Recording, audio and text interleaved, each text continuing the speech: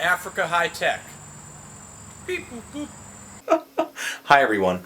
Anthony, there's a moth. Anthony Fantano, friend to no one. Hi everyone. Anthony Fantano here, internet's busiest music nerd, friends with everybody. And it's time for an album review. Thank you for watching. Some of you who are watching this video may be new to the channel because this channel just got featured on youtube.com/music, which put a smile on my face, like this.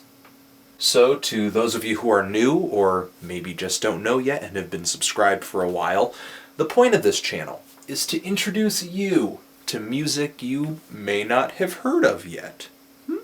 That sounds nice. Just think of it, the greatest album you've ever heard in your life could be out there somewhere, and you just haven't found it yet. That's what I want to help you do. I want to help you find that album. So maybe this will be the album. Africa Hitech, 93 Million Miles. This is a duo spearheaded by two musicians, Mark Pritchard and Steve Spacek. And between the both of them and their various side projects, they've covered everything from soul music to techno. But this is my first introduction to their stuff, so please excuse me if I'm not very well versed in what these guys have done already. Now, this LP came out in May on Warp Records, and when it dropped, I was feeling it a little bit. I thought it was okay. Definitely some bright spots on here. I did a track review of the album, put it up on the needledrop.com toward the end of that month, and was just convinced that I wasn't going to review the entire album, just because I thought it was alright. But to me, like, the show of a good record is that you want to return to it. You want to hear it again. You want to revisit. You want to get the same feelings and the same experiences from that album over again. So surprisingly, like at the beginning of this month, I just started getting this very small but ignorable itch to listen to this thing again. Eventually, this itch got so big that I just couldn't think about anything else anymore. I had to listen to this again. But this time when I listened to it and I revisited the LP, it just like clicked, like magic. I mean, don't you love it when albums do that? Now, my favorite thing about Africa Hitech is this project sounds exactly what you would assume a project with this name would sound like. One track after another, finding a different balance between African and electronic sounds. Like the track Out in the Streets, which is done in a JUKE or ghetto house style of electronic music, with lots of repeated vocal samples, a very fast, busy beat. It's a style of music I ran into earlier this year on that Machine Drum album, Rooms. However, at the time, I wasn't all that experienced or knowledgeable on the subjects of ghetto house or juke. And I wouldn't say I am now, but I am conscious of the style now. I know that's what the style is that is being pursued on that track, and I apologize for anybody who I may have pissed off for mislabeling that Machine Drum album. Sorry. I don't know everything. I wouldn't be the first guy.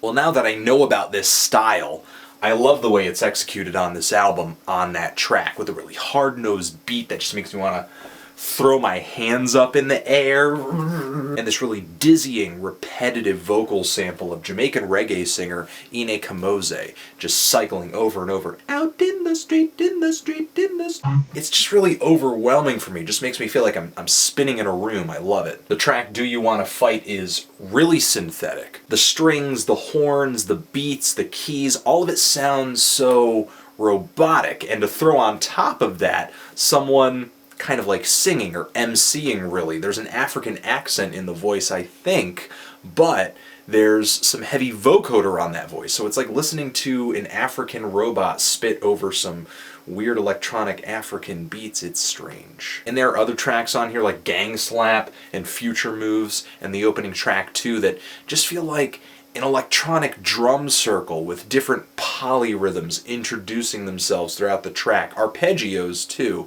and sometimes when these new things fly in, they change up the groove like all together. The sounds here are just so plentiful, so colorful, so blatant, so bright and sweet. It's like eating 100 sleeves of like digital lifesavers. And some of the beats on here are like almost 8-bit quality. It's kind of like listening to African chip tunes. I mean, just like in the way that African drum music can be seen as kind of going back to the beginnings, the more primal moments of music. This album takes electronics themselves back to those beginnings, to much simpler, much more blatant, rigid, and robotic sounds. Some of these tracks can be kind of like staring into a big-ass circuit board or something.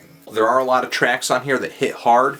There are a nice chunk as well that come on slow and soft. I love one of the longest songs on here, Our Love, which just swells nicely with keyboards in the background, just keeps this soft, repetitive groove, and has this robotic woman's voice just announcing various musings about love. It's something that, like, the Kraftwerk and Laurie Anderson fan in me just eats up like it's candy. And in this softer side of this album, some acoustic sounds come out too. The track Spirit has these sampled hand drums on the song, and this voice that's touched with a bit of vocoder to make it sound robotic underneath all these very subtle electronics. It's kind of like trying to spot an animal hiding behind all this brush in the jungle or something, especially considering all the jungle sounds happening in the background of this track with crickets, and I think I hear like a monkey or something. And the last 2 tracks on the LP have a really chilled out,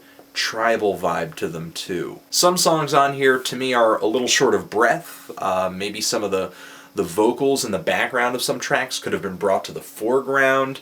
And yeah, there is a very blatant influence on this thing coming from dubstep, coming from techno, coming from juke and ghetto house. Sure. But all these songs have such interesting production and sounds and an African twist to them that makes this feel really unique to me. I've just never heard this kind of stuff attacked specifically at this angle so many times. I think what did keep me from loving this LP at first, though, when I was first listening to this thing again and again, is that when I say bright and when I say blatant on this album, I do mean that it does throw a lot of sounds out there right at the get-go. It is kind of difficult to digest in one sitting. The influences are clear, but making sense of all of it quickly is just not going to happen. If you do decide to listen to this, do give it a couple chances, because I did, and I'm really happy I did. I almost dismissed this, and I'm glad I can say that I'm feeling at this point a very decent to strong 8 on this thing. Loving the hell out of it. It's just a really fun listen for me now, and really just gets my blood boiling, and I love it when electronic music can do that for me. What do you think of this thing if you've heard it? Love it? Hate it? Why? And what should I review next? Thanks for watching. Anthony Fantano, Africa Hitech, forever.